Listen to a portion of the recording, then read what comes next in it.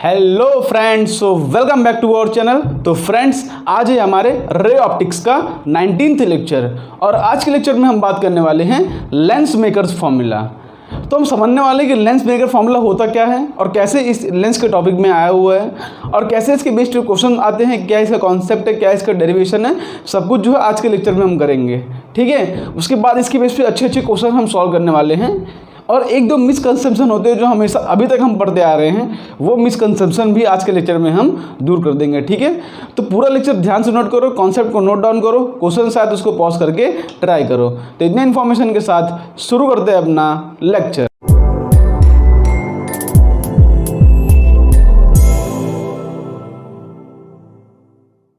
तो फ्रेंड्स, शुरू करते हैं अपना लेक्चर। सबसे पहले तो आपको बता दूं कि जो लेंस मेकर फॉर्मूला है ना, ये बहुत ही इजी टॉपिक है। क्यों पता है? क्योंकि इसके अंदर जो है दो रिफ्रैक्टिंग सरफेस होते हैं। जैसे मान लो लेंस क्या होता है, हमने देखा होगा लेंस का डायग्राम, इसके अंदर इस तरह से दो रिफ्रैक्टिंग सरफेस होते हैं, आपको पता होगा। यहाँ पर ये एक रिफ्रैक्टिंग सरफेस है, ये दूसरा रिफ्रैक्टिंग सरफेस है।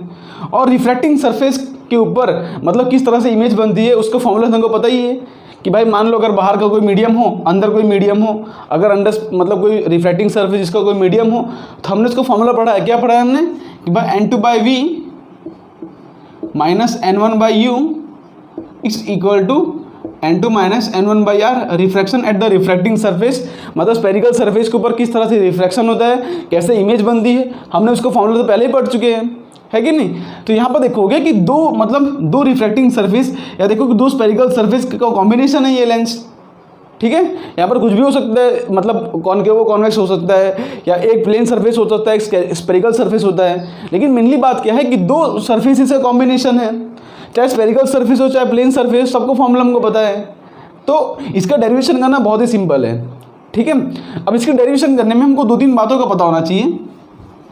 देखो ध्यान से, सबसे पहली बात कि यहाँ पर हमने जो रिफ्रैक्टेड रिफ्रैक्शन सरफेस माना था उसके अंदर क्या था कि जहाँ से रेज ऑफ लाइट इंसिडेंट होती थी वो अपना एन इंसिडेंट मीडियम होता था। ठीक है, और ये अपना एन जहाँ से रे ऑफ लाइट रिफ्रैक्ट हो अपना रिफ्रैक्टिव मीडियम होता था। ठीक है, n1 क्या होता था, इंसिडेंट मीडियम, n2 क्या होता था, रिफ्रैक्टेड मीडियम। ठीक है, उसी हिसाब से यहाँ पर भी कहानी होगी, लेकिन यहाँ पर क्या होना चाहिए कि इसके दोनों तरफ जो है मीडियम सेम होना चाहिए। ठीक है, मतलब जो मीडियम यहाँ पे हो वही मीडियम यहाँ पे हो।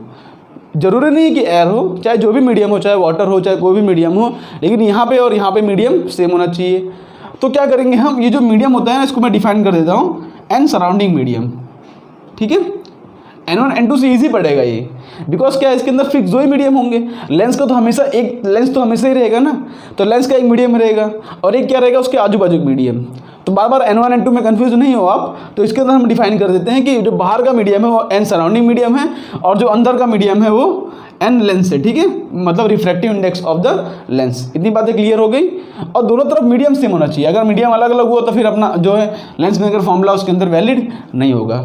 ठीक है, और दूसरी बात क्या होगा कि देखो ध्यान से, इस तरह से मैं ऑप्टिकल सेंटर के पास से एक प्रिंसिपल एक्सिस बना देता हूँ।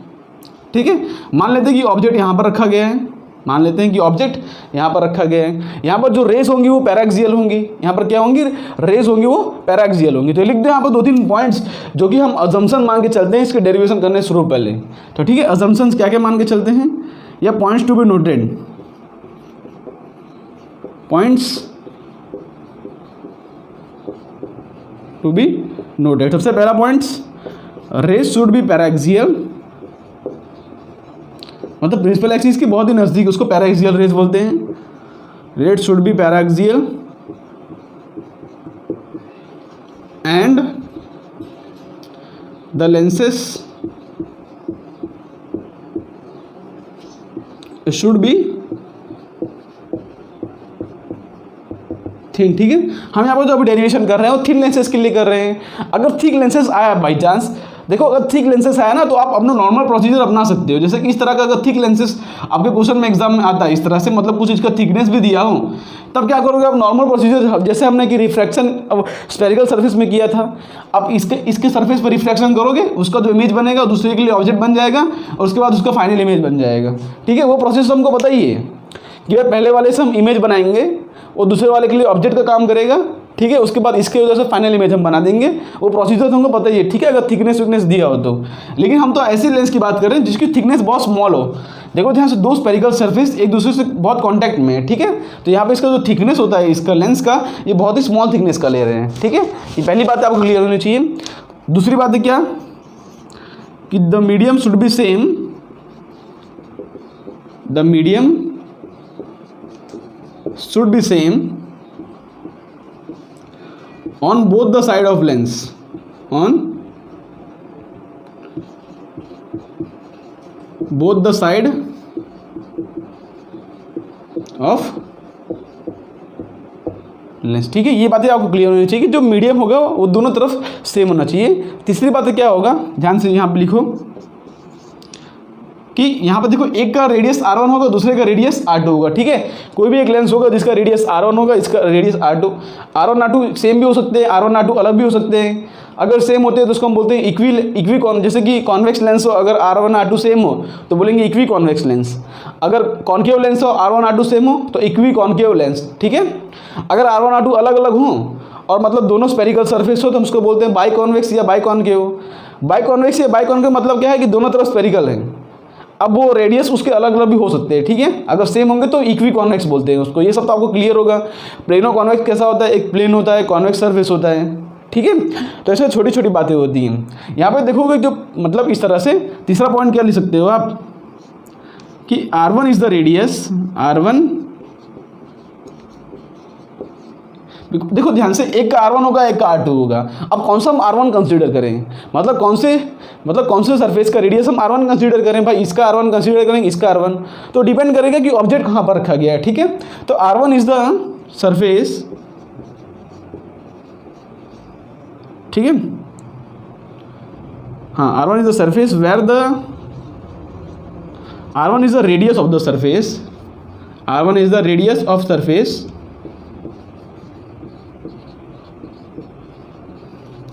where the ray of light strikes first, where the ray of light strikes first,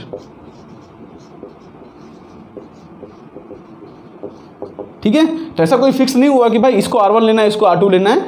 मतलब ध्यान से, अगर इसका रेडियस R1 हो, देखो ध्यान से, ये स्पेरिकल सरफेस हो, मान लो इसका जो रेडियस है वो R1 दिया है और ये जो स्पेरिकल सरफेस है मतलब इस तरफ वाला, मान लो इसका रेडियस हमको R2 दिया है, ठीक है।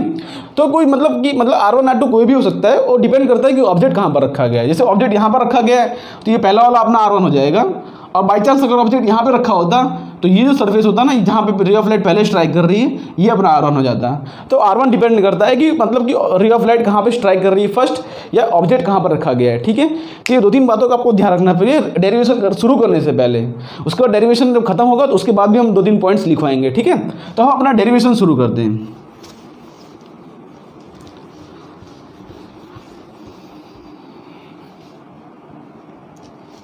ओके, और दूसरी बात क्या है कि हमको पता है कि यहाँ पर दो स्पेरिकल सरफेस है, तो हम दो बार रिफ्रैक्शन करेंगे। तो यहाँ पर मान लो अपना ऑब्जेक्ट रखा गया है, और देखो ध्यान से, हमको पता है कि हमारा जनरल फॉर्मूला क्या है कि स्पेरिकल रिफ्रैक्टिंग सरफेस का, कि N2/V minus N1/U equal to N2 minus N1/R। ये अपना जनरल फॉर्मूला है, फॉर्मूला फॉर स्पेरिकल सरफेस, ठीक है, formula for refraction at spherical surface.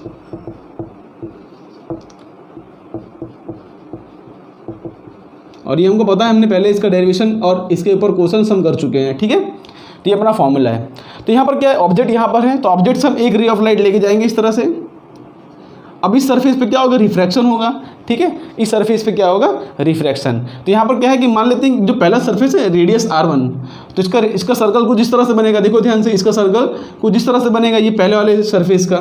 तो इसका सेंटर ऑफ कर्वेचर मान लेते कहीं यहाँ पे है, तो उसके अकॉर्डिंग हम इसका नॉर्मल ड्रॉ कर देते हैं, ठीक है। इस तरह से इस सेंटर ऑफ हम समझ रहे हैं कि इसी तरफ होगा कहीं ना कहीं, तो उसके अकॉर्डिंग हमने यहाँ पर नॉर्मल ड्रॉ कर दिया है, ठीक है। अब नॉर्मल ड्रॉ करेंगे। अब मान लेते हैं कि बाहर का जो मीडियम है, अभी के लिए सिर्फ कन्वीनियंस के लिए, कि बाहर का जो रिफ्रैक्टिव इंडेक्स अंदर से कम है, तो रे ऑफ लाइट जो है टुवर्ड द नॉर्मल बेंड कर जाएगी इस तरफ, ठीक है। मान लेते हैं कि भाई बाहर का जो मीडियम है वो अंदर के मीडियम से कम है, ठीक है। यहाँ पे लिख लेता हूँ कि N of lens is greater than N of surrounding, ठीक है, लेंस का मीडियम अभी ज़्यादा है तो रे टुवर्ड द नॉर्मल बेंड कर गई, वो तो चाहे जो भी कंडीशन अपने फॉर्मूला में वो सेट हो ही जाएगा। ठीक है, अब ये सरफेस पे आ गए, ये वाले सरफेस पे। अब ये वाले सरफेस का देखो सेंटर ऑफ कर्वेचर कहीं इस तरफ होगा तो नॉर्मल कुछ इस तरह से बनेगा, है ना। अब क्या है कि रे ऑफ लाइट डेंसर से रेयर में जा रही है तो away from the normal bend कर जाएगी। ठीक है, लेकिन एक्चुअली में रे ऑफ लाइट जाना कहाँ चाहती थी, एक्चुअली में रे ऑफ लाइट इस तरह से जाना चाहती थी, लेकिन क्या हुआ कि रे of light away from the normal bend करके इस तरह से कहीं यहाँ पे चली गई। ठीक है, देखो पहले सरफेस में जो इमेज बनाया, पहले सरफेस ने इमेज कहाँ बनाया यहाँ पर, लेकिन यहाँ पर दूसरा सरफेस आ गया, उसने इसको और मतलब इस तरह से बेंड कर दिया तो उसका फाइनल इमेज जो है यहाँ बनाया। ठीक है, पहले सरफेस का जो इमेज है देखो ध्यान से, अब कुछ नामकरण कर दे रहा हूँ मैं। यहाँ पर देखोगे पहला सरफेस से लेके ऑब्जेक्ट तक का डिस्टेंस u, ठीक है, ये अपना ऑब्जेक्ट तक का डिस्टेंस है। पहले सरफेस ने जो इमेज बनाया, ध्यान से कहाँ बनाया, यहाँ पर, जो कि मैं v' बोल देता हूँ, तो वो अपना हो जाएगा, क्या हो जाएगा, हाँ ठीक है, इसको मैं v' बोल दे रहा हूँ। ठीक है, पहले सरफेस ने अपना इमेज कहाँ बनाया i' और जिसका डिस्टेंस है मैं उसको v' बोल दे रहा हूँ, और अपना फाइनल इमेज यहाँ बना है तो फाइनल इमेज का डिस्टेंस को मैं बोल रहा हूँ v।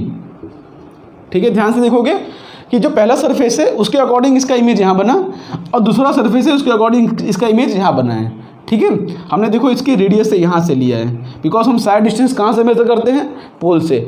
तो भले अभी थिन लेंस है लेकिन छोटी छोटी बातें आपको क्लियर रहनी चाहिए। वैसे तो थिन लेंस है, ये ऑलमोस्ट इक्वल नेग्लिजिबल होता है, इसलिए यहाँ पर v और v' बराबर, मतलब कि यहाँ पर डिस्टेंस कहीं से भी ले सकते हैं क्योंकि ये थिन लेंस की बात कर रहे हैं, लेकिन तो भी आपको छोटी छोटी बातें क्लियर रहनी चाहिए। ओके, चलो अब इसका डेरिवेशन हम शुरू करते हैं। हम फर्स्ट सरफेस की बात करते हैं। देखो ये अपना फर्स्ट सरफेस है और ये अपना सेकंड सरफेस है। तो फर्स्ट सरफेस पे रिफ्रैक्शन का फॉर्मूला लगाते हैं। ठीक है, फर्स्ट सरफेस। ओके, अब क्या होता है कि n1 होता है अपना इंसिडेंट मीडियम, तो रे ऑफ लाइट कहाँ से इंसिडेंट हुआ है, इस तरफ से रे ऑफ लाइट इंसिडेंट हुआ है, तो n1 हो जाएगा ns। और n2 क्या होता है, रिफ्रैक्टेड मीडियम, तो कौन से मीडियम में रिफ्रैक्ट हुआ है, nl मीडियम में, ये हो जाएगा रिफ्रैक्टिव इंडेक्स ऑफ लेंस। ठीक है, अपने फॉर्मूले के अंदर हम पुट करेंगे ना वैल्यूज। ओके, इतनी बात क्लियर हो गई। ऑब्जेक्ट का डिस्टेंस देखो ध्यान से, अब यहाँ पर ऑब्जेक्ट का डिस्टेंस -u नहीं ले रहा हूँ मैं, +u ले रहा हूँ। ठीक है, मतलब यहाँ पे मैं साइन कन्वेंशन का यूज़ नहीं कर रहा हूँ। अब यहाँ पर साइन कन्वेंशन का यूज़ इसलिए नहीं कर रहा हूँ कि यहाँ पर लेंस फिक्स नहीं है ना, कौन सा लेंस है भाई, कॉन्वेक्स लेंस है कि कॉन्केव लेंस है। दूसरी बात, रेडियस फिक्स नहीं है इसका कि भाई इसका रेडियस पॉजिटिव है कि नेगेटिव है, भाई डिपेंड करता है। अगर यहाँ पे कॉन्केव लेंस होता, देखो ध्यान से, अगर इस तरह से कॉन्केव लेंस होता तो इसका रेडियस कहीं इस तरफ आता तो पहला अपना R1 भी नेगेटिव हो जाता। ठीक है, तो यहाँ पे इसलिए मैं साइन कन्वेंशन यूज़ नहीं कर रहा हूँ, मैं एक जनरल बात कर रहा हूँ जो सारे के लिए ट्रू हो। अगर यहाँ पे आप साइन कन्वेंशन यूज़ करोगे, अगर साइन कन्वेंशन यूज़ कर रहे हो तो आप एक पर्टिकुलर केस की बात कर ले रहे हो सिर्फ कि हाँ भाई वो कॉन्वेक्स लेंस के लिए ट्रू होगा, तो अलग अलग केस के लिए फॉर्मूला निकालोगे तो अलग अलग आएगा।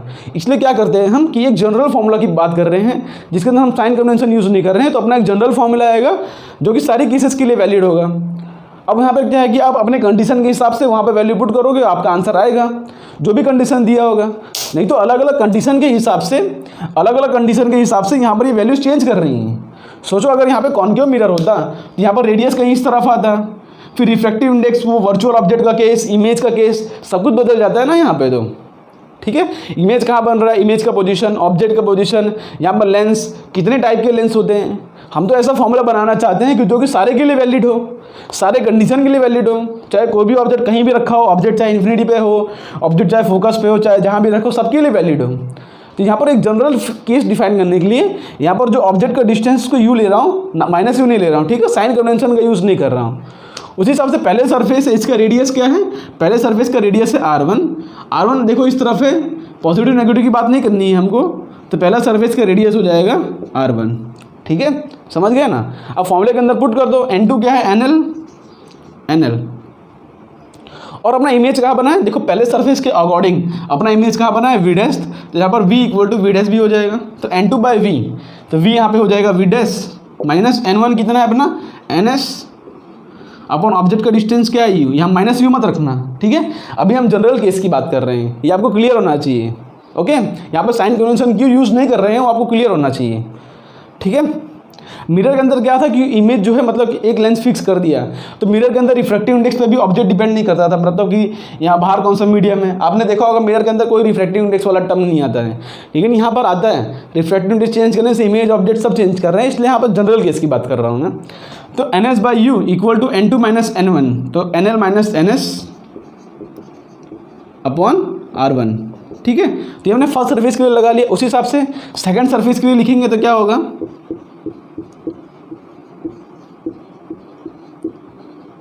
अब सेकंड सरफेस के लिए क्या होगा कि अपना जो इमेज है ना ये वर्चुअल ऑब्जेक्ट की तरह काम करेगा। मतलब सेकंड सरफेस है उसके लिए जो पहले सरफेस ने जो इमेज बनाया है वो सेकंड सरफेस के लिए क्या बन जाएगा, ऑब्जेक्ट। तो बताओ सेकंड सरफेस से ऑब्जेक्ट कितना दूर है, सेकंड सरफेस से वर्चुअल ऑब्जेक्ट कितना दूर है। आपको ऑप्शन देता हूँ, पहला ऑप्शन v डैश, दूसरा ऑप्शन मान लेते हैं इसका जो थिकनेस है वो t है, मान लें इसका थिकनेस जो है t है। तो बताओ v डैश माइनस टी होगा ना। आप ध्यान से देखोगे कि ये जो v डैश है ये तो यहाँ से है, ठीक है। देखो ध्यान से, v डैश तो इस सरफेस से है ना। अगर हम और हम सेकंड सरफेस की रिफ्लेक्शन की बात कर रहे हैं इस सरफेस से, तो इस सरफेस से ऑब्जेक्ट तो इतना दूर है ना। अगर मान लो इसका थिकनेस t है, मान लो इसका थिकनेस t है, तो v डैश माइनस टी होगा ना डिस्टेंस ये वाला। समझ रहे हो कि नहीं, ये जो डिस्टेंस है ये v डैश माइनस टी होना चाहिए ना। लेकिन हमको पता है यहाँ पर कि जो t है वो अप्रॉक्सीमेटली इक्वल टू 0 है। तो यहाँ पर जो सेकंड सरफेस के लिए जो ऑब्जेक्ट होगा वो v डैश माइनस टी होगा, लेकिन t अप्रॉक्सीमेटली इक्वल टू 0 है ना, इसलिए यहाँ पर कि u इक्वल टू हो जाएगा अपना v डैश।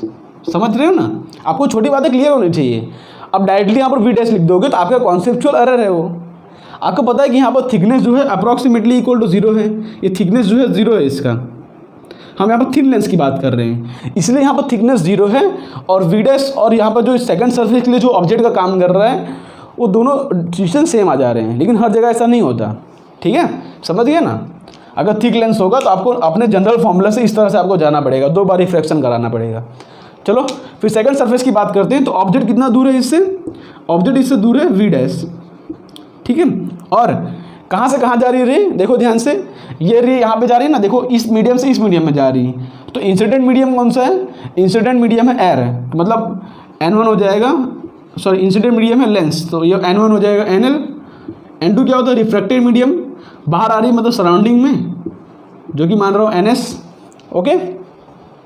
और यहाँ पर v कितना होगा, फाइनल इमेज कहाँ बन रहा है v पे, तो v हो जाएगा v। और r कितना हो जाएगा, सेकंड सरफेस का रेडियस कितना है, सेकंड सरफेस का रेडियस है r2। अभी कोई साइन कन्वेंशन यूज़ नहीं कर रहा हूँ मैं, ओके। तो यहाँ पर क्या लिखूँगा, n2 बाई v, तो n2 by v minus n1, n1 क्या है मेरा, n1 है मेरा nl माइनस u कितना है v डैश, ठीक है, equal to n2 minus n1 ns minus nl upon r2, ठीक है। इस तरह से आ रहा है यहाँ पर, ओके। यहाँ पर हम 2 सरफेस के लिए हमने रिफ्रैक्शन का फॉर्मूला लगा लिया, अब यहाँ पे आ रहा है। अब मेन बात की जो इंटरमीडिएट इमेज है ना हमको v डैश, हमको तो फाइनल इमेज से काम है, तो जो इंटरमीडिएट इमेज वाला टर्म है, मतलब ये वाला टर्म है, इसको हमको निकालना है, ये v डैश वाला टर्म। तो v डैश वाला टर्म अगर फर्स्ट और सेकंड में से हमको निकालना होगा तो मैं क्या करूँगा, अच्छा इसको यहाँ से हटा दूँ मैं,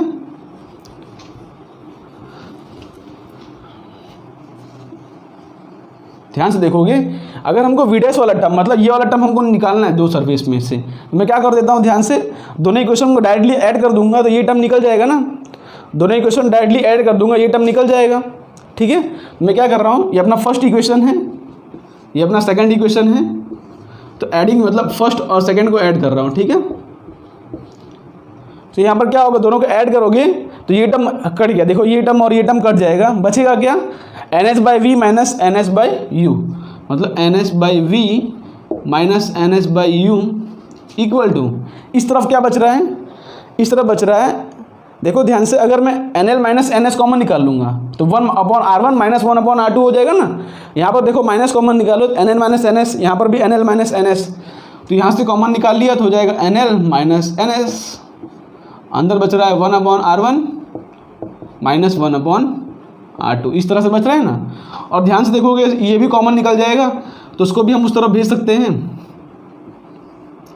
तो क्या हो जाएगा, ध्यान से 1/v minus 1/u equal to nl upon ns minus 1, देखो इसको डिवाइड कर दो इससे, ये हो जाएगा, और 1/r1 माइनस 1/r2, ये अपना फॉर्मूला आ रहा है, ठीक है, ये अपना फॉर्मूला आ रहा है 1/v minus 1/u equal to nl upon ns minus 1/r1 minus 1/r2। कैसे किया समझ गया, सिर्फ 2 इक्वेशन को मैंने ऐड किया है, ऐड करके देख लो आ जाएगा, सिंपल है प्रोसीजर।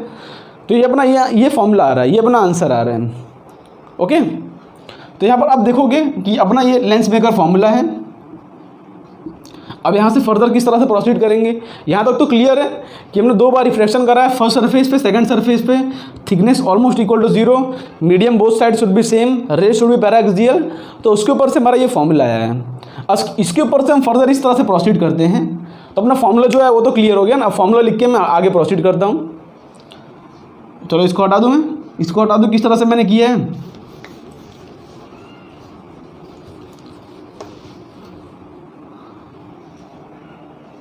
ओके, अब हमको अपने को पता है, क्या पता है अपने को, बताओ।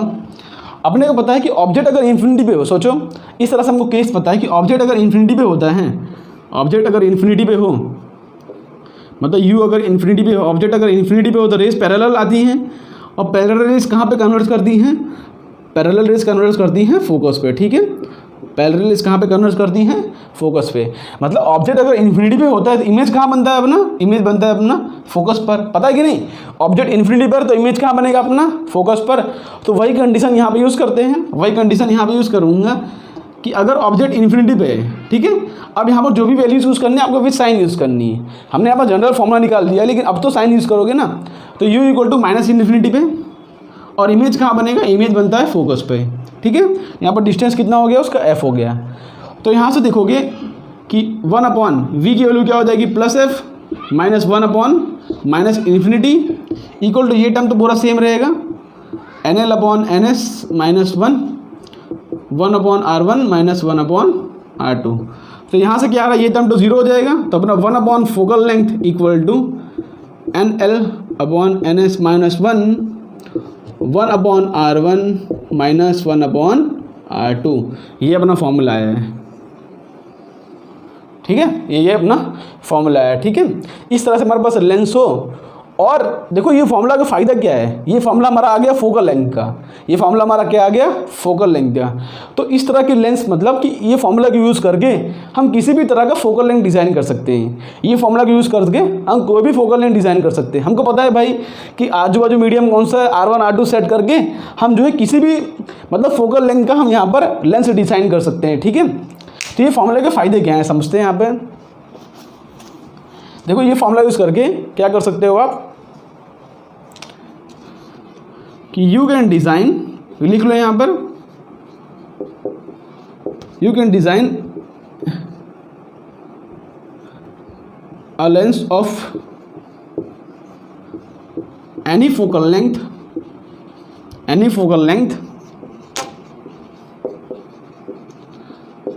Using this formula. ठीक है, फॉर्मूला किस तरह से यूज़ करेंगे, अब R1 R2 एडजस्ट कर दो भाई, लेंस का रेडियस एडजस्ट करके, लेंस के आजू बाजू को मीडियम एडजस्ट करके हम यहाँ पर किसी भी मतलब किसी भी तरह का हम जो है हम लेंस डिज़ाइन कर सकते, कोई भी फोकल लेंथ का हम लेंस डिज़ाइन कर सकते हैं। ये फॉर्मूला, ये इतना काम का फॉर्मूला है। अब यहाँ पर ध्यान से देखोगे कि इसका, देखोगे ध्यान से, इसका RHS और देखो इसका RHS दोनों ऑलमोस्ट सेम है। तो यहाँ पर अगर RHS सेम हो तो उसके कॉरस्पॉन्डिंग LHS भी सेम होना चाहिए। तो इससे हम फर्दर लिख सकते हैं कि 1/f equal to 1/v minus 1/u। ये दोनों जो है अपने लेंस मेकर फॉर्मूला हैं, दोनों के दोनों क्या है अपने लेंस मेकर्स फॉर्मूला।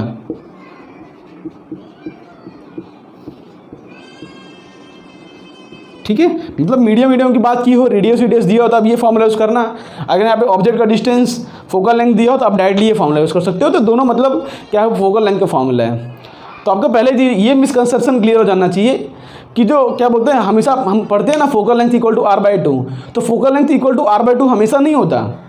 ये मिसकंसेप्शन आपको हो तो आपको जो है, आपको यहाँ पर कॉन्सेप्चुअली बहुत मिस्टेक है। ठीक है, यहाँ पर देखोगे ध्यान से कि फोकल लेंथ जो है मीडियम पर भी डिपेंड कर रहा है। सोचो आजू बाजू कोई अलग मीडियम होता तो यहाँ पर फोकल लेंथ कुछ अलग होता। आजू बाजू मीडियम पर इसका लेंथ का कितना रिफ्रैक्टिव इंडेक्स है, सब पे डिपेंड कर रहा है वो। तो फोकल लेंथ मीडियम पर डिपेंड कर रहा है, मतलब जैसे जैसे मीडियम का रिफ्रैक्टिव इंडेक्स चेंज करोगे उसके अकॉर्डिंग फोकल लेंथ भी चेंज कर जा रहे हैं। तो फोकल लेंथ कोई भी फिक्स क्वांटिटी नहीं है। और अभी तक हम क्या पढ़ते आ रहे हैं, देखो ध्यान से, अभी तक हमने पढ़ा है कि कॉन्वेक्स लेंस का फोकल लेंथ पॉजिटिव होता है और कॉन्केव लेंस का फोकल लेंथ नेगेटिव होता है। हमने अभी तक ये पढ़ा है। लेकिन आज आपका वो मिसकंसेप्शन भी दूर हो जाएगा। ठीक है, कि कॉन्वेक्स लेंस का फोकल लेंथ हमेशा पॉजिटिव नहीं होता और कॉन्केव लेंस का फोकल लेंथ हमेशा नेगेटिव नहीं होता। वो तो हमने एक पर्टिकुलर कंडीशन में डिफाइन किया है। और दूसरी बात मैंने उसको अभी तक अब नहीं इसलिए नहीं बताया क्योंकि वो समझने के लिए हमको ये फॉर्मूले की ज़रूरत पड़ती है, ठीक है। इसलिए मैंने आपको अभी तक वो याद कराया कि कॉन्वेक्स लेंस का फोकल लेंथ पॉजिटिव और कॉन्केव लेंस का फोकल लेंथ नेगेटिव। तो कौन से कंडीशन में ट्रू होता है वो भी बताऊंगा आपको, ठीक है। तो ये हमारा मिसकंसेप्शन है, वो भी हम आपको क्लियर करा देंगे आज। तो फोकल लेंथ जो है आजू बाजू के मीडियम पर डिपेंड कर रहा है, ये बात आप क्लियर रख देना, ठीक है। यहाँ पर क्या लिख दो कि focal length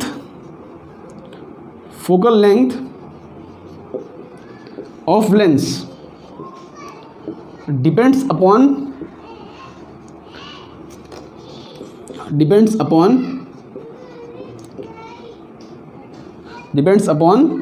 medium of lens and surrounding,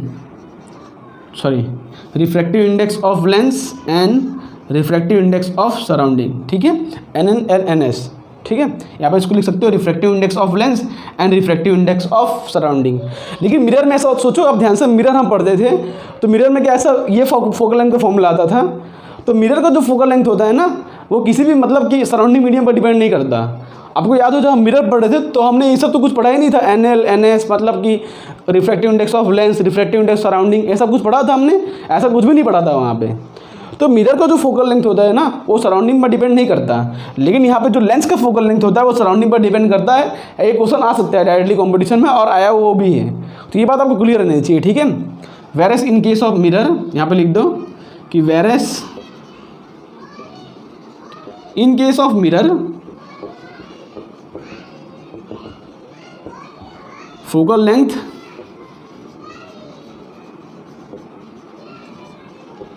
do not depend on medium, ठीक है। वहाँ का जो फोकल लेंथ आता था वो ऑलमोस्ट कांस्टेंट आता था, लेकिन यहाँ पर जो फोकल लेंथ है वो मीडियम पर डिपेंड कर रहा है, समय के साथ चेंज कर जाएगा। तो अपना ये जो कॉन्सेप्ट है ना कि कॉन्वेक्स लेंस का फोकल लेंथ हमेशा पॉजिटिव और कॉन्केव का नेगेटिव, वो हमेशा वो एक पर्टिकुलर कंडीशन में होता है। जो ऑब्जेक्ट का मतलब बाहर का जो मीडियम है वो अंदर के मीडियम से कम होता था, हम बाहर जनरली एयर के अंदर डिफाइन करते थे उसको, इसलिए वहाँ पर पॉजिटिव। अभी बताऊँगा आपको, जो क्वेश्चन करेंगे तो आपको 100% क्लियर होगा कैसे फोकल लेंथ चेंज हो जाता है मतलब समय के साथ, ओके। तो ये फॉर्मूला आपको क्लियर रहना चाहिए, दोनों फॉर्मूला लेंस मेकर फॉर्मूला। तो यहाँ पर किस तरह से इसको अप्लाई करना है वो भी ध्यान से देख लो। यहाँ पर पॉइंट लिख देता हूँ, इसको हटा देता हूँ मैं, ये पॉइंट आप नोट कर लो। और फॉर्मूले को किस तरह से अप्लाई करना है वो भी देख लेते हैं हम, ठीक है। अप्लाई मतलब कि यहाँ पे NS क्या है, यहाँ पे लिख दो NS is the surrounding medium,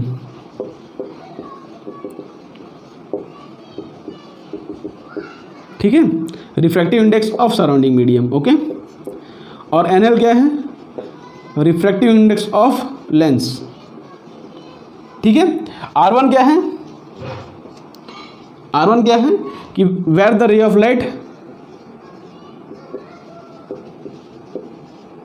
यहाँ पे लिख दो radius of the surface, radius of surface where ray of light strike first, ठीक है, रे ऑफ लाइट स्ट्राइक्स फर्स्ट। और दूसरी बात ये बात, और यहाँ पर keep all values with sign, keep all values with sign, okay. और साइड डिस्टेंस कहाँ मेजर होते हैं, साइड डिस्टेंसेस मेजर होते हैं ऑप्टिकल सेंटर से, और सारी वैल्यू भी साइन रखना है। मतलब यहाँ पे अगर रेस इस तरफ है तो ऑब्जेक्ट का डिस्टेंस वो सब जो है आपको मतलब सिचुएशन के हिसाब से आपको रखना है, ठीक है। R1 वो सर्फेस होता है जहाँ पर रे ऑफ लाइट पहले स्ट्राइक होती है। तब इसके बेस पे 1 बाय 1 क्वेश्चंस करेंगे तो आपको और अच्छे से क्लियर होगा। अब इतना नोट कर लो, इसका काम क्या होता है कि हम इसकी मदद से किसी भी फोकल लेंथ का मतलब हम जो है लेंस डिज़ाइन कर सकते हैं, ये इसका मेन काम होता है, ठीक है। इसके आने वाले लेक्चर में हम पढ़ेंगे कि भाई किस तरह से हम कॉम्बिनेशन ऑफ लेंस करते हैं। मतलब जैसे कि आप जाते हो अपने लेंस का चेकअप कराने, तो उसमें किस तरह से उस चेकअप करते हो तो उसमें कॉम्बिनेशन ऑफ लेंस होता है, तो उसमें भी यूज़ करेंगे, ठीक है, अलग अलग फॉर्मूलेस का। तो इसको यहाँ से रफ करके 1 बाय 1 क्वेश्चंस करते हैं और क्वेश्चन से आपका कॉन्सेप्ट और क्लियर करते हैं। तो इसको यहाँ से रफ करके अब मैं क्वेश्चंस लेना शुरू करता हूँ। तो फ्रेंड्स यहाँ पर सिंपल 2 क्वेश्चंस कर लेते हैं, ठीक है। तो देखो पहला क्वेश्चन आपकी स्क्रीन पर ये रहा, अब पॉज करके ट्राई कर लो। सिंपल फॉर्मूला बेस्ड क्वेश्चन है। क्या है कि हमको इसका फोकल लेंथ फाइंड करना है, फाइंड द फोकल लेंथ।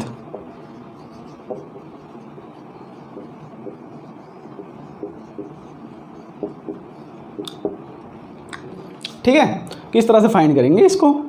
तो ध्यान से देखो कि ऑब्जेक्ट मतलब रेज ऑफ लाइट यहाँ से आ रही, मतलब ऑब्जेक्ट ये है, मतलब ये वाला सरफेस अपना हो जाएगा R1, ये वाला हो जाएगा R1 और ये सरफेस हो जाएगा R2। क्लियर है ना, रेज ऑफ लाइट यहाँ से आ रही थी, ये R1 हो गया और ये R2 हो गया। ठीक है, सराउंडिंग मीडियम हमको 2 दिया है, अंदर का मीडियम जो लेंस का मीडियम हमको 1.5 दिया है।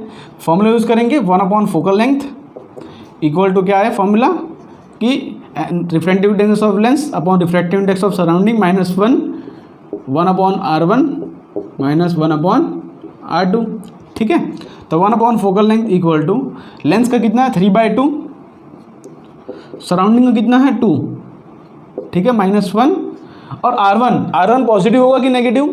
देखो R1 कहाँ पे आएगा, देखो इसका सेंटर कहीं यहाँ पे इस तरफ आएगा, मतलब इसका जो है इसका रेडियस कहीं यहाँ पे आ रहा है ना, हम 5 से मेज़र कर रहे हैं, हम पोल से मेज़र कर रहे हैं, तो इसका रेडियस कहीं यहाँ पे आएगा, लेकिन रेज ऑफ लाइट इस तरफ जा रही है, मतलब अपना R1 ये होगा और R1 की जो वैल्यू है 20 वो -20 होगी। ठीक है, समझ पड़ रहा है ना, इसका रेडियस किस तरफ होगा, इस तरफ होगा ना, तो R1 कितना होगा, नेगेटिव होगा। क्लियर है।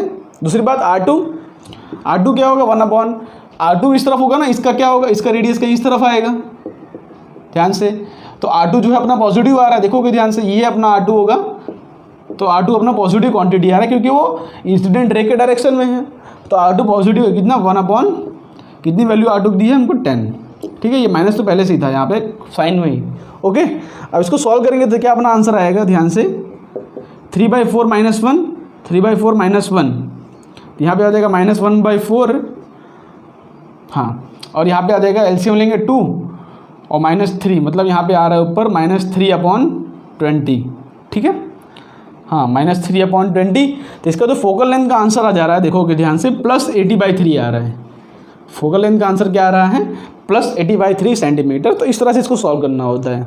ओके, अब आप ध्यान से देखोगे, बताओ आपको क्या पता है। देखो, आपको हमेशा से क्या पता है कि जो कॉन्केव लेंस होता है उसका फोकल लेंथ क्या आता है, नेगेटिव। लेकिन यहाँ पे देखोगे हमने फोकल लेंथ पॉजिटिव निकाला है, फोकल लेंथ हमारा आंसर क्या है, पॉजिटिव। अब क्या अपना आंसर गलत है या फॉर्मूला गलत है, तो यहाँ पे ना ही अपना आंसर गलत है ना ही फॉर्मूला गलत है।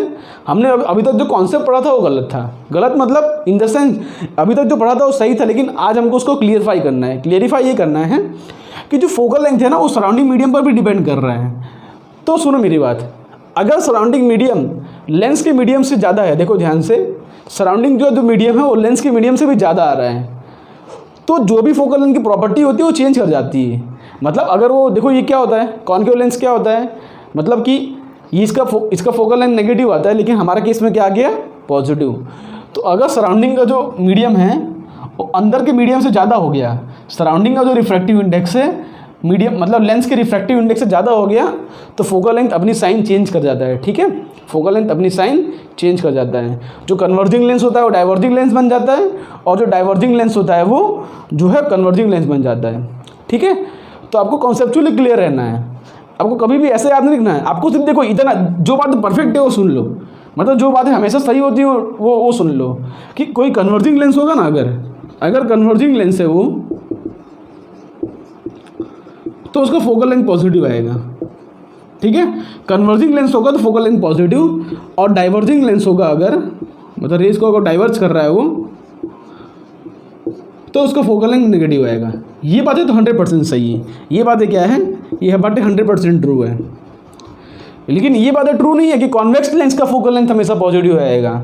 मीन्स सिंपल सी बात है, अगर मीडियम बाहर का रिफ्रैक्टिव इंडेक्स ज़्यादा हो गया ना, तो जो मतलब कॉन्वेक्स लेंस है जो कन्वर्जिंग लेंस की तरह ऐड कर रहा था वो डाइवर्जिंग लेंस की तरह ऐड करने लगेगा। ठीक है, यहाँ पे कॉन्केव लेंस था जो डाइवर्जिंग लेंस की तरह ऐड कर रहा था, तो वो कन्वर्जिंग लेंस की तरह ऐड करने लगा, वो कन्वर्जिंग लेंस की तरह ऐड करने लगा, इसलिए उसका फोकल लेंथ जो है पॉजिटिव आया। ठीक है, इसीलिए उसका फोकल लेंथ जो है पॉजिटिव है, क्योंकि वो कन्वर्जिंग लेंस की तरह ऐड कर रहा है। तो ये बातें हमेशा सही है, लेकिन ये बातें हमेशा सही नहीं है कि भाई कॉन्वेक्स लेंस का फोकल लेंथ हमेशा पॉजिटिव आएगा। ये बातें सही नहीं है। ठीक है, ये बातें सही नहीं है, ध्यान रखना। कॉन्केव लेंस का फोकल लेंथ हमेशा नेगेटिव आएगा, तो ये बातें सही नहीं है। ये बातें सही है, कन्वर्जिंग लेंस होगा तो फोकल लेंथ पॉजिटिव, सिंपल सी बात है। तो यहाँ पर फोकल लेंथ अगर नेगेटिव है तो ये बातें गलत, इसको ऐसा करके मार्क कर लो जिससे आपको हमेशा याद रहेगा। वो किस पे डिपेंड करता है, because focal length depend upon, यहाँ पे लिख दो because focal length depends upon surrounding medium also. ठीक है, तो सराउंडिंग मीडियम में क्या रखा गया उसके ऊपर फोकल लेंथ डिसाइड होता है कि कन्वर्जिंग लेंस है कि वो डाइवर्जिंग लेंस है। हाँ, जब तक मतलब अभी तक हम क्या करते थे, बाहर एयर होता था तो हम एयर भी डिराइव करते थे। तो एयर में क्या होता है कि बाहर का मीडियम हमेशा अंदर वाले से कम होता है, तो जब अंदर वाले से कम है तब तो अपनी कहानी नॉर्मल चलेगी कि भाई कॉन्वेक्स का पॉजिटिव और कॉन्केव का नेगेटिव। लेकिन ऐसा कोई मीडियम हो कि बाहर का रिफ्रैक्टिव इंडेक्स ज़्यादा हो जाए अंदर से, तब जो है कहानी चेंज कर जाती है। तब कन्वर्जिंग लेंस बन जाएगा डाइवर्जिंग लेंस और डाइवर्जिंग लेंस बन जाएगा कन्वर्जिंग लेंस। ओके, बातें क्लियर है ना? इसको यहाँ से हटा देता हूँ मैं। ओके, आपको हर क्वेश्चन में कुछ ना कुछ कॉन्सेप्ट क्लियर होगा। जितने क्वेश्चन करा रहा हूँ उसको देख लेना। ऐसा नहीं कि मैं सिर्फ टाइम पास के लिए फॉर्मूला बेस्ड क्वेश्चन कराऊंगा। जितने भी क्वेश्चन होंगे आपके उसमें कुछ ना कुछ कॉन्सेप्ट जरूर क्लियर होंगे। ठीक है। अच्छा, दूसरी बात, चलो ये हमारा आंसर तो आ गया, लेकिन बाई चांस मेरा आपसे क्वेश्चन है कि अगर ऑब्जेक्ट यहाँ की बजाय यहाँ पे रखा होता है, देखो रेज ऑफ लाइट यहाँ से आ रही है, अगर रेज ऑफ लाइट यहाँ से आएंगी, तो क्या अपना आंसर चेंज करेगा? मतलब क्या फोकल लेंथ की वैल्यू 80/3 आएगी और पॉजिटिव आएगी? बताओ, मतलब क्या फोकल लेंथ की वैल्यू सेम आएगी? बताओ, मैग्नीट्यूड सेम आएगा कि साइन सेम आएगा कि मैग्नीट्यूड और साइन दोनों सेम आएगा? बताओ, मतलब बताओ इसमें से कौन सा ऑप्शन करेक्ट है? अगर रेज ऑफ लाइट यहाँ से आ रही हैं, सोचो, कैलकुलेशन मत करो, ठीक है, सोचो। अगर रेज ऑफ लाइट यहाँ से आएगी तो इसमें से क्या आंसर आएगा अपना? कि मतलब सेम आंसर आएगा +80/3, या ऐसा कुछ आंसर आ जाएगा -80/3, या माइनस में कोई और टर्म आएगा, मतलब माइनस में कोई और आंसर आएगा इसके सिवाय। ठीक है, माइनस में कोई और आंसर आएगा या प्लस में कोई और आंसर आएगा। ठीक है, एनी अदर आंसर। इनमें से कौन सा सही होगा अगर रेज ऑफ लाइट यहाँ से आ रही हैं तो? ठीक है, तो आपको कॉन्सेप्चुअली क्लियर रहना है। ठीक है, आप तो इसको एक बार डिसाइड कर लो आंसर क्या आएगा। इसका जो करेक्ट आंसर है ना, इसका correct answer same to same यही आएगा। आप बोलोगे यहाँ पे रेडियस अलग है, यहाँ पे R2 रेडियस है, यहाँ पे R1 रेडियस है। ठीक है, इसका रेडियस भी अलग अलग है, इसका 10 सेंटीमीटर, इसका 20 सेंटीमीटर है। तो इस बार जो R1 होगा वो 10 हो जाएगा, R2 जो होगा वो 20 हो जाएगा। ठीक है, ऐसा आपको सोचने में आ रहा होगा। दूसरी बात कि ऑब्जेक्ट इस तरफ है तो ऑब्जेक्ट का डिस्टेंस के हिसाब से साइन कन्वेंशन भी चेंज कर जाएगा। तो क्या इसका फोकल लेंथ कोई और आंसर आएगा? नहीं। कॉन्सेप्चुअल क्लियर है ना भाई कि लेंस को कोई, आप अपना चश्मा देखो, आप चाहे आगे से देखो चाहे पीछे से देखो, फोकल लेंथ थोड़ी चेंज करने वाला है उसका। ऐसा थोड़ी कि आगे से देख रहे हो कोई और फोकल लेंथ है, पीछे से देख रहे हो कोई और फोकल लेंथ है। फोकल लेंथ तो क्या होता है कि पैरेलल रेज कहाँ पे आके मीट कर रही हैं, तो वो क्वांटिटी जो है चाहे रेज ऑफ लाइट यहाँ से आए चाहे यहाँ से आए, दोनों सेम होता है। हम देखो करके देख लेते हैं, आपको मतलब कि अगर डाउट है तो इसको करके देख लो एक बार कि भाई अगर ऑब्जेक्ट यहाँ से आएगा, देखो ऑब्जेक्ट अगर यहाँ से आएगा तो R1 क्या हो जाएगा? R1 अपना हो जाएगा, देखो ध्यान से, रेज ऑफ लाइट ऐसे आ रही है ना, तो R1 हो जाएगा अपना -10 सेंटीमीटर। ये होगा ना, देखो ऐसे आ रही है, देखो इस तरफ है ना, ये अपना इस बार R1 हो जाएगा, R1 हो जाएगा -10, और R2 क्या होगा? ये देखो इस तरफ, तो रेज ऑफ लाइट के डायरेक्शन में है वो, तो रेज ऑफ लाइट के डायरेक्शन में होगा तो ये पॉजिटिव हो जाएगा, पॉजिटिव +20 सेंटीमीटर। ठीक है, तो अपना 1/4 फोकल लेंथ का फॉर्मूला क्या आएगा? देखो आगे का ये तो सेम ही रहेगा भाई, लेंस और ये सराउंडिंग मीडियम दोनों तरफ सेम ही है, तो ये तो सेम ही रहेगा कि क्या बोलते हैं 3/4 -1 और 1/R1। R1 कितना है? -10 और -1/+20। ठीक है, माइनस तो पहले से ही फॉर्मूले में, तो अभी भी अपना वही आंसर आ रहा है भाई। यहाँ पे आएगा -1/4 और यहाँ पे आ जाएगा -3/20। तो यहाँ से अपना सेम अभी भी वही आंसर आ रहा है, देखोगे ध्यान से 80/3 सेंटीमीटर, अब प्लस में ही आ रहा है। मतलब चाहे ऑब्जेक्ट चाहे यहाँ पे रखा हो, चाहे ऑब्जेक्ट यहाँ पे रखा हो, उससे जो है अपना फोकल लेंथ का आंसर चेंज नहीं करता। ठीक है, तो आपको ये सब छोटी छोटी बातें कॉन्सेप्चुअली आपको क्लियर रहना है। ओके, तो अब फर्स्ट क्वेश्चन करके अब सेकंड क्वेश्चन करते हैं। इसको यहाँ से मैं रफ कर देता हूँ। ओके, तो सेकंड क्वेश्चन में ट्राई कर लो। सेकंड क्वेश्चन में सिंपल है। तो पहले तो मेरे को बताओ ये कौन सा लेंस है, बताओ मेरे को कौन सा लेंस है। ऑप्शन है आपके पास कॉन्वेक्सो कॉनकेव कि कॉनकेवो कॉन्वेक्स। ठीक है, कौन सा लेंस है दोनों बताओ, दोनों में से ये कौन सा लेंस है? कॉन्वेक्सो कॉनकेव है कि कॉनकेवो कॉन्वेक्स है? तो कैसे हमने इसको याद रखा है कि भाई क्या थिक एट द मिडल है। थिक एट द मिडल कौन सा होता है? कॉन्वेक्स लेंस होता है ना, convex lens thick at the middle होता है। तो इसकी मेन प्रॉपर्टी जो होगी कॉन्वेक्स की होगी, और जो मेन होता है उसको हम लास्ट में लिखते हैं। मतलब ये जो लेंस होगा ये कॉनकेवो कॉन्वेक्स होगा, कॉनकेवो कॉन्वेक्स। जो मेन होता है उसको हम लास्ट में लिखते हैं, और आगे जो दूसरा होगा, ठीक है, तो इसका नाम है कॉनकेवो कॉन्वेक्स। यहाँ से देखोगे आपको कॉनकेव लेंस दिखेगा, यहाँ से देखोगे तो कॉन्वेक्स दिखेगा, इसलिए इसका ओवरऑल नाम पड़ गया है कॉनकेवो कॉन्वेक्स लेंस। ठीक है, चलो इसको सॉल्व करो। ऑब्जेक्ट यहाँ पर रखा गया 30 सेंटीमीटर पे, ठीक है। तो इसको क्या करेंगे, हम अपना फोकल लेंथ का फॉर्मूला लगाएंगे, 1 upon focal length equal to NL upon NM, NM upon NS minus 1 upon R1 minus 1 upon R2। अच्छा R1 R2 क्या होगा इसके अंदर, देखो हमको एक 30 सेंटीमीटर दिया, एक 60 सेंटीमीटर, ठीक है। ध्यान से देखोगे जो पीछे वाला है ना उसका रेडियस ज़्यादा है, देखोगे ना पीछे वाला उसका रेडियस कम है, सॉरी, और आगे वाला उसका रेडियस ज़्यादा है, मतलब कुछ इस तरह से होगा। आगे वाला है ना, देखो इस तरह से बनना है तो इसका जो है इस तरह से बड़ा होगा, ठीक है। और जो पीछे वाला है इस तरह से बना गया है, इसका रेडियस कहीं इस तरह से होगा, मतलब इसका सर्कल इस तरह से बनेगा। तो जो ये आगे वाला लगा है इसके लिए इसका रेडियस देखो 60 सेंटीमीटर दिया है और ये 30 सेंटीमीटर है। तो कभी क्वेश्चन में अगर नहीं दिया भाई कौन सा 30 है कौन सा 60, ऐसा बोल दिया कि भाई one of the surface has radius 30 centimetre and other has radius 60 centimetre, तो कौन सा 30 लोगे कौन सा 60 लोगे आप। तो अब ध्यान रखना किस तरह से, देखो उसका सर्कल बन रहा है, इसका देखो आगे वाले का बड़ा सर्कल बन रहा है, मतलब इसका रेडियस जो है ज़्यादा होगा और पीछे वाले का रेडियस जो है कम होगा। तो मैग्नीट्यूड वाइज इसका रेडियस देखो इससे ज़्यादा है, ओके। और दोनों का सर्कल सेम तरफ बन रहा है, देखोगे ध्यान से दोनों का सर्कल जो है सेम तरफ बन रहा है, मतलब R1 R2 दोनों पॉजिटिव होंगे ना, क्योंकि इंसिडेंट रे के डायरेक्शन में दोनों का सर्कल बन रहा है, तो R1 R2 दोनों ही पॉजिटिव है। इसका भी सर्कल ऐसे ही बनेगा, इसका भी सर्कल ऐसे ही बनेगा, तो दोनों ही पॉजिटिव क्वांटिटी हैं। तो यहाँ पर 1 अपॉन फोकल लेंथ, अच्छा इसका 1.5 दिया है तो 3/2 हो जाएगा, सराउंडिंग का तो 1 दिया है, इसका रिफ्रैक्टिव इंडेक्स 1 है, -1 अपॉन R1 दोनों पॉजिटिव ही हैं। और पहला है देखो पहले इस पर टकरा रहा तो R1 1/30 होगा -1/60, तो 1 upon focal length equal to 1/2 into ये हो जाएगा 2 - 1 1/60। तो फोकल लेंथ आ रहा है देखो प्लस 120 सेंटीमीटर। यहाँ पर ध्यान रखने वाली बात यह है कि बाहर का रिफ्रैक्टिव इंडेक्स अंदर वाले से कम है, इसलिए मीडियम ने अपनी प्रॉपर्टी चेंज नहीं की, ठीक है। बाहर का रिफ्रैक्टिव इंडेक्स अगर अंदर से कम हो तो मीडियम अपनी प्रॉपर्टी चेंज नहीं करेगी। तो अगर थोड़ा जनरल वे में बात करें, देखो ध्यान से, अगर मैं जनरल वे में बात करूँ तो हो क्या रहा है एक्चुअली में, तो अगर फॉर्मूला लिखूँ 1 upon focal length equal to क्या आ रहा है कि NL upon N surrounding -1 upon R1 -1 upon R2। General way में बात करें तो हो क्या रहा है, अगर यहाँ पे कि इफ़ NL मतलब अंदर का मीडियम और ज़्यादा हो, बाहर से देखो ध्यान से अंदर का रिफ्रैक्टिव इंडेक्स ज़्यादा हो तो जो है सेम प्रॉपर्टी रहेगी, ठीक है। तो जो है सेम प्रॉपर्टी रहेगी, देखो अंदर का रिफ्रैक्टिव इंडेक्स ज़्यादा है तो क्या है कि कॉन्वेक्स का पॉजिटिव आएगा, कॉन्केव का नेगेटिव आएगा, सेम प्रॉपर्टी रहेगी। लेकिन अगर देखोगे ध्यान से कि अगर यहाँ पे कि N ऑफ सराउंडिंग अगर N ऑफ लेंस से ज़्यादा है, मतलब सराउंडिंग मीडियम ज़्यादा होगा, तो जो कन्वर्जिंग लेंस होगा ना, कन्वर्जिंग लेंस वो बन जाएगा डाइवर्जिंग लेंस। बाहर का अगर ज़्यादा हो गया है तो कन्वर्जिंग लेंस बन जाएगा डाइवर्जिंग लेंस और डाइवर्जिंग लेंस बन जाएगा कन्वर्जिंग लेंस, ठीक है। मीडियम की प्रॉपर्टीज चेंज कर जाएगी अगर बाहर का रिफ्रैक्टिव इंडेक्स ज़्यादा हो गया, सराउंडिंग का ज़्यादा हो गया। तो अगर NS इक्वल टू NL है, मतलब अंदर और बाहर का दोनों का मीडियम सेम है, तो सोचो यहाँ पे दोनों का सेम रख दोगे तो ऊपर नीचे कैंसिल हो जाएगा, तो 1 - 1 0 हो जा रहा है, तो 1 अपॉन F इक्वल टू 0, मतलब focal length equal to 1 upon 0, मतलब फोकल लेंथ आ रहा है इन्फानाइट।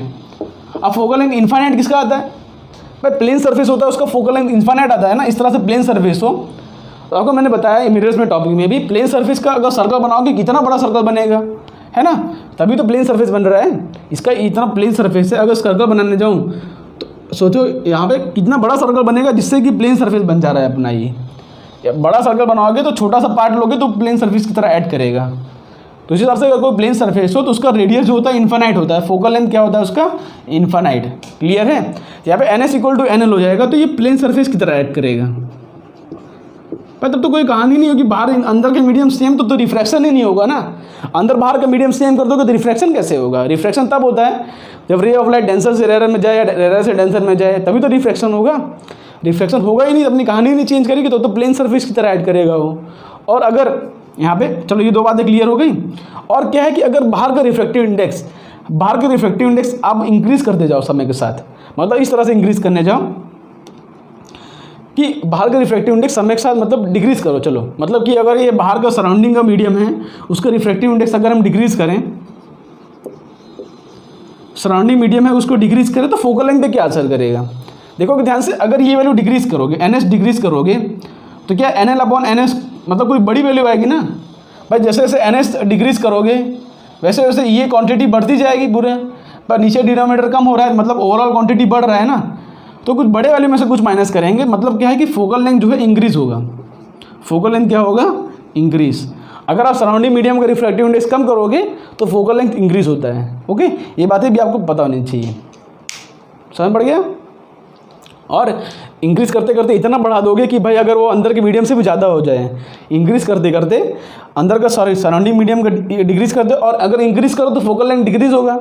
अगर NS इंक्रीज करोगे तो फोकल लेंथ डिक्रीज होगा, और इंक्रीज करते करते इतना बढ़ा दो कि वो अंदर के मीडियम से भी ज़्यादा हो जाए, तब उसकी प्रॉपर्टी चेंज कर जाती है। ओके, ये सब बातें अभी हमने की है। ओके, अब इसको रफ करके करते हैं अपना। फ्रेंड, ये 2 क्वेश्चन भी आपके स्क्रीन पर आ चुके हैं, इसको पॉज करके ट्राई कर लो एक बार। सिंपल से क्वेश्चन है। यहाँ पर इस तरह का हमको लेंस दिया है। कौन सा लेंस है ये? देखोगे तो कॉन्वेक्स और प्लेन सरफेस है, तो ये प्लेनो कॉन्वेक्स लेंस है। कौन सा लेंस है ये? Plano convex. अच्छा, मेरा क्वेश्चन है कि यहाँ पे क्या इसका फोकल लेंथ ऑब्जेक्ट के डिस्टेंस पर डिपेंड करता है? तब ध्यान से देखोगे, आप बोलोगे हमारे पास ये भी फॉर्मूला है 1/f = 1/v - 1/u। तो मेरा आपसे क्वेश्चन है कि फोकल लेंथ क्या ऑब्जेक्ट के डिस्टेंस पर डिपेंड करता है? फोकल लेंथ जो होता है ऑब्जेक्ट के डिस्टेंस पर डिपेंड नहीं करता। फोकल लेंथ एक कांस्टेंट क्वांटिटी है। अब ध्यान देखोगे यहाँ पर कि ऑब्जेक्ट के डिस्टेंस के अकॉर्डिंग इमेज का डिस्टेंस चेंज करेगा, लेकिन फोकल लेंथ तो एक कांस्टेंट क्वांटिटी है ना। फोकल लेंथ थोड़ी डिपेंड करता है ऑब्जेक्ट के डिस्टेंस पर। फोकल लेंथ का फॉर्मूला देखो एक्चुअली में ये है कि NL/NS - 1 1/R1 - 1/R2। तो ऑब्जेक्ट कितना दूर रखा गया है, ऑब्जेक्ट यहाँ पे दूर रखा गया है या इस तरफ रखा गया, इस तरफ रखा गया, तो ऑब्जेक्ट वो उस पर डिपेंड नहीं करता। ठीक है, तो फोकल लेंथ देखो ध्यान से मीडियम पर डिपेंड करता है, मीडियम पर, और ये मतलब इसका सरफेस का रेडियस कितना उस पर डिपेंड कर रहा है फोकल लेंथ। लेकिन ऑब्जेक्ट कितना दूर रखा गया उस पर इमेज डिपेंड कर रहा है, उस पर ये नहीं डिपेंड कर रहा है कि फोकल लेंथ पे। ये फोकल लेंथ एक कांस्टेंट क्वांटिटी है, इसलिए ऑब्जेक्ट का डिस्टेंस चेंज कर रहा है तो इमेज का डिस्टेंस चेंज कर रहा है। ओके, तो बात तो क्लियर हो गई ना आपको? भाई अगर मीडियम हमने फिक्स कर दिया बाहर अंदर का, रेडियस तो फिक्स ही होगा किसी लेंस का, तो फोकल एक किसी भी लेंस के लिए अगर मीडियम और सेम हो तो फोकल लेंथ एक कांस्टेंट क्वांटिटी है। क्लियर है? ऑब्जेक्ट के डिस्टेंस पर वो डिपेंड नहीं करता। चलो अब इसको सॉल्व कर लेते हैं क्वेश्चन को। सिंपल, यहाँ पर ऑब्जेक्ट का डिस्टेंस दिया है लेकिन वो कोई काम का नहीं है। यहाँ पर एक प्लेन सरफेस दिया है, तो प्लेन सरफेस का रेडियस कितना होता है? आपको पता होना चाहिए कि प्लेन सरफेस का जो रेडियस होता है वो इन्फाइनाइट होता है ना। भाई इसका सर्कल बनाओगे कितना बड़ा सर्कल बनेगा, तभी तो एक प्लेन सरफेस आ रहा है। इसका सर्कल बनाओगे तो बहुत बड़ा सर्कल बनता है। तो प्लेन सरफेस का रेडियस ऑफ कर्वेचर इन्फाइनाइट होता है। समझ पड़ गया ना आपको? तो यहाँ पे क्या करेंगे, 1/4 फोकल लेंथ = n, मतलब 1.5 अपॉन बाहर का रिफ्रैक्टिव इंडेक्स 2 दिया है। ठीक है, -1 1/R1 इसका है 10 सेंटीमीटर, और ये पॉजिटिव क्वांटिटी देखो इस तरफ इसका सर्कल बन रहा है, तो R1 पॉजिटिव है तो +10, माइनस ये तो इन्फाइनाइट ही, ये तो 0 हो जाएगा वैसे भी। तो क्या आ जाएगा ध्यान से, 1/4 फोकल लेंथ = 3/4 - 1 × 1/10, तो आ रहा -1/4, मतलब फोकल लेंथ इक्वल आ रहा है -40 सेंटीमीटर है। ध्यान से देखो, भले ये कॉन्वेक्स लेंस है लेकिन फोकल लेंथ नेगेटिव आ रहा है, क्योंकि यहाँ पे बाहर का मीडियम का रिफ्रैक्टिव इंडेक्स अंदर से ज़्यादा है। ठीक है, दूसरा क्वेश्चन कर लेते हैं। यहाँ पे क्या है कि ये convex lens of refractive index 1.5 focal length 20 centimetre in air. तो एयर के अंदर उसका फोकल लेंथ 20 सेंटीमीटर है, तो किसी लिक्विड का इसका रिफ्रैक्टिव इंडेक्स 2 है, उसमें फोकल लेंथ क्या होगा? तो एयर के अंदर फॉर्मूला यूज़ करेंगे तो क्या आएगा भाई, NL जिसका 1.5 है, एयर के अंदर ये 1 हो जाएगा -1, और ये क्वांटिटी तो अभी सेम ही रहेगा भाई। R1 R2 थोड़ी चेंज करेगा, तो R1 R2 सेम रहेगा। किसी दूसरे मीडियम के अंदर क्या है, किसी दूसरे मीडियम के अंदर, चलो air focal length in air है, दूसरे मीडियम के अंदर क्या होगा, सेम ये 1.5 अपॉन सराउंडिंग मीडियम 2 -1 है ना, रिफ्रैक्टिव इंडेक्स 2 बोला है, और 1/R1 - 1/R2। तो ये क्वांटिटी तो कैंसिल हो जाएगी।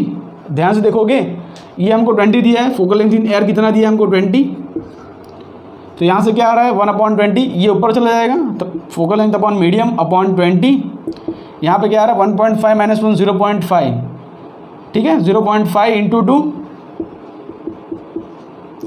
और नीचे क्या आ रहा है 1, और 1.5 - 1 हो जाएगा 1.5 - 2 -0.5 हो रहा है ना, 1.5 - 2 -0.5 और 2 पर चला गया, तो 0.5 × 2, ठीक है। तो यहाँ से 0.5 कैंसर, तो फोकल लेंथ कितना आ रहा है, फोकल लेंथ आ रहा है -40 सेंटीमीटर, है ना, -40 आ रहा है ना, आई थिंक सो, 22 -40, ठीक है। कैलकुलेशन मिस्टेक है उसको देख लेना, तो अगर किसी मीडियम के अंदर रिफ्रैक्टिव इंडेक्स अगर उसको 20 है, तो अगर रिफ्रैक्टिव इंडेक्स 2 होगा, देखो ध्यान से हमने बाहर का मीडियम बढ़ा दिया, तो देखो फोकल लेंथ का साइन भी चेंज कर गया, पहले पॉजिटिव था, बाद में अपना आंसर नेगेटिव आ गया, क्लियर है, और वैल्यू भी बढ़ गई। ओके, इसको रफ करते हैं। चलो अब है ना, एक छोटा सा कॉन्सेप्ट होता है जो कि मैग्नीफिकेशन का होता है, उसको भी हम देख लेते हैं, और अपना जो रैपिड फायर राउंड होगा ना, उसके बेस पे इसके जेईई मेंस और जो एडवांस में जो क्वेश्चंस आए हैं उसको भी एक एक करके सारे क्वेश्चन ले लेंगे, जिससे क्या है कि आपको जो कंपटीशन पॉइंट ऑफ व्यू उसके जो क्वेश्चंस आए हैं वो भी आपके लिए क्लियर होने चाहिए। तो मैग्नीफिकेशन का कॉन्सेप्ट होता है, उसको देख लेते हैं एक बार। Magnification in the lenses, I hope आपने पिछला लेक्चर भी देखा होगा, जिसके अंदर हमने सारे मैग्नीफिकेशन, मतलब कौन सा लेंस किस प्रकार का मैग्नीफिकेशन देता है, हमने बताया था उसके अंदर। ठीक है, तो एक कोई जनरल केस ले लेते हैं। मान ले मेरे पास इस तरह से लेंस है यहाँ पे, ठीक है, यहाँ पे कोई ऑब्जेक्ट रखा गया है, यू डिस्टेंस दूर, ये ऑब्जेक्ट की जो हाइट है, हाइट ऑफ ऑब्जेक्ट क्लियर है। तो यहाँ पे क्या होगा कि ऑब्जेक्ट जब सेंटर ऑफ कर्वेचर से पास करेगा तो अनडेविएटेड पास करेगा इस तरह से, और अगर पैरेलल रेज ऑफ लाइट जाएंगी तो यहाँ पे फोकस होगा, उससे पास करेंगे। ठीक है, पैरेलल रेज ऑफ लाइट कहाँ से पास करेंगी, फोकस से पास करके, इस तरह से फोकस से पास करेंगी वो, और अपना इमेज बनाएंगी।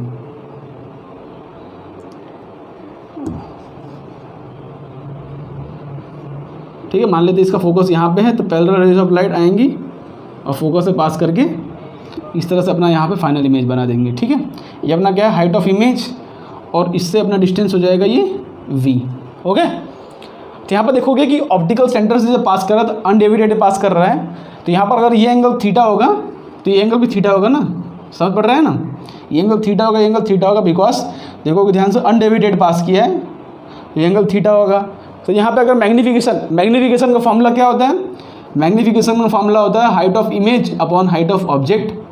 ठीक है, तो उसको हम निकालेंगे। तो यहाँ पर देखो सिमिलरिटी ऑफ ट्रायंगल्स, यहाँ पर दो ट्रायंगल बन रहे हैं, यहाँ पर एक ट्रायंगल ये और एक ट्रायंगल ये, और दोनों एक दूसरे में सिमिलर होंगे। भाई ये एंगल सेम है, देखो ध्यान से, और ये एंगल 90 डिग्री है, साइड एंगल साइड से हम बोल सकते हैं कि इसका जो ट्रायंगल होगा सिमिलर होगा। तो देखो यहाँ पे tan थीटा की वैल्यू लिखूँ यहाँ से, तो क्या हो जाएगा HO अपॉन माइनस यू, भाई साइन के साथ रखोगे ना HO अपॉन माइनस यू, और दूसरे वाले ट्रायंगल में रखूँ तो क्या हो जाएगा minus HI upon V positive होगा, लेकिन HI प्रिंसिपल एक्सिस के नीचे है तो नेगेटिव होगा। ये सब छोटी छोटी बातें आई थिंक सो क्लियर होंगी। दोनों tan थीटा, दोनों को कंपेयर कर सकते हैं। तो height of object upon minus u equal to height of image upon V, minus minus cancel, तो height of image upon height of object आ रहा है V बाई यू। मतलब लेंसेज के अंदर जो मैग्नीफिकेशन आता है वो V बाई यू आता है। ठीक है, किसके अंदर, लेंसेज के अंदर। और मिरर्स के अंदर हमने क्या पढ़ा था, मिरर्स के अंदर हमने पढ़ा था उसका formula minus V by you. ठीक है, ये फॉर्मूला। ओके, उस हिसाब से मिरर्स के अंदर फोकल लेंथ हमने जो ऑब्जेक्ट और इमेज दिया हो, तो मिरर्स के अंदर हमने क्या देखा था, आपको याद हो 1/f equal to 1/v plus 1/u, हमने ये देखा था। और लेंस के अंदर क्या आ रहा है, लेंस के अंदर आ रहा है 1/f equal to 1/v minus 1/u। तो ये सारी बातें आपको क्लियर रहनी चाहिए कि भाई उसको क्या है कि मिरर्स के अंदर प्लस आ रहा है तो मैग्नीफिकेशन के अंदर देखोगे ध्यान से माइनस आ रहा था, और इसके अंदर यहाँ पे माइनस आ रहा है तो मैग्नीफिकेशन के अंदर प्लस आ रहा है। और हमने शॉर्टकट भी देखा था, तो उसको भी देख लेते हैं एक बार। शॉर्टकट हमने क्या देखा था, यहाँ पर इमेज निकालना हमको लेंस के अंदर। देखो मिरर के अंदर हमने क्या पढ़ा था, मिरर्स के अंदर और लेंस के अंदर दोनों यहाँ पे साथ में लिख देता हूँ, चलो एक साथ लिख देता हूँ। यहाँ m equal to minus V by u, 1/f equal to 1/v plus 1/u, और v equal to uf upon u minus f, और m equal to f upon f minus u। ये हमने पढ़ा था मिरर्स के अंदर। तो लेंस के अंदर क्या आएगा, m equal to plus v by u, 1/f equal to 1/v minus 1/u, v equal to uf upon u plus f, और मैग्नीफिकेशन आएगा f upon f plus u। ये फॉर्मूला आएगा, चेक कर सकते हैं कैसे भाई, यहाँ से कंपेयर कर लो। तो यहाँ से क्या हो जाएगा कि v का फॉर्मूला हो जाएगा 1/f plus 1/u equal to 1/v, तो v इक्वल टू आ जाएगा uf upon u plus f। अब इसी वैल्यू को आप उठा के मैग्नीफिकेशन के अंदर रख दो, मैग्नीफिकेशन के अंदर v की वैल्यू रख दोगे तो ध्यान से मैग्नीफिकेशन का फॉर्मूला हो जाएगा uf upon u plus f।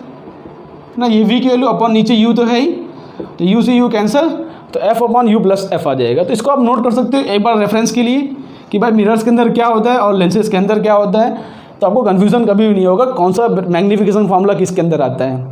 Okay, और मिरर्स और लेंस किस तरह, मतलब लेंस किस तरह से इमेज बनाता है, कैसे कैसे मैग्नीफिकेशन की इमेज बनाता है, और मैंने पिछले लेक्चर में कवर किया है, तो होप सो आपने पिछले लेक्चर देखा होगा। इसके बाद हम जो रैपिड फायर राउंड लेंगे उसके ऊपर हम ये लेंसेज के हम फोकल लेंथ वाले फॉर्मूले में कैसे इमेज बनाता है अलग अलग केसेस में, और जो जे मेंस और जे एडवांस में क्वेश्चन आए हैं उस सारे को हम 1 बाय 1 करके ले लेंगे। ठीक है, तो होप सो आज का लेक्चर आपको पसंद आया होगा। अगर पसंद आया हो तो वीडियो को लाइक कर दें।